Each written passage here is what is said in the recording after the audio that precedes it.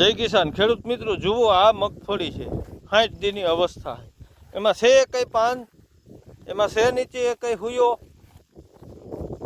તો જે અંદાજ હોય ને અંદાજ બાઈને આ નુકસાની થઈ રહી છે અત્યારે મગફળીમાં, અને ખેડૂત રોકી પણ નથી શકે એમ, કારણ કે અવિરત વરસાદ.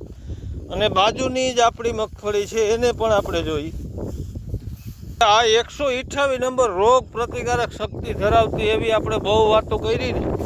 હવે જોઈ લ્યો, આમાં ઈર છે, આમાં પાન ક્યાંય હાજુ નથી રહેવા દઉં. આખો ઘેરો જોઈ લ્યો. ખેડૂત મિત્ર નીંદવામાં પૂગ્યા નથી, થોડુંક ખડ છે, બાકી ઈયળ આમ જુઓ લશ્કરીઓ કાળી ઈયળ. તો સાવચેત થઈ જવાનો સમય આવી ગયો, અને મગફળી મેળવાનો સમય એ ગણજો આને, કારણ કે પાકની ફેરબદલી કરવી જરૂરી છે.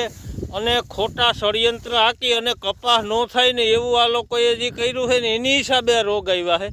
ખેડૂત જો પાકની ફેરબદલી કરે તો આમાંથી બચવાનો ઉત્તમ વિકલ્પ છે. પણ આ લોકો આપણે 5G બિયારણને નથી મંજૂરી આપતા. બધા બીજા દેશોમાં ખેડૂતને સ્પ્રે વગર કપાસ થાય અને પાકની ફેરબદલી થાય. આપને એકને એક કહુલે પાક વવરાવે. આનો આપણે શું આમનામ સહન કરવાનું? એ ભાઈ સાથે મળી અને કંઈક કરવું જોઈએ. ખેડૂતની હાલત ખરાબ છે. કોણ આવશે ખેડૂતને વારે? કોણ બચાવશે ખેડૂતને?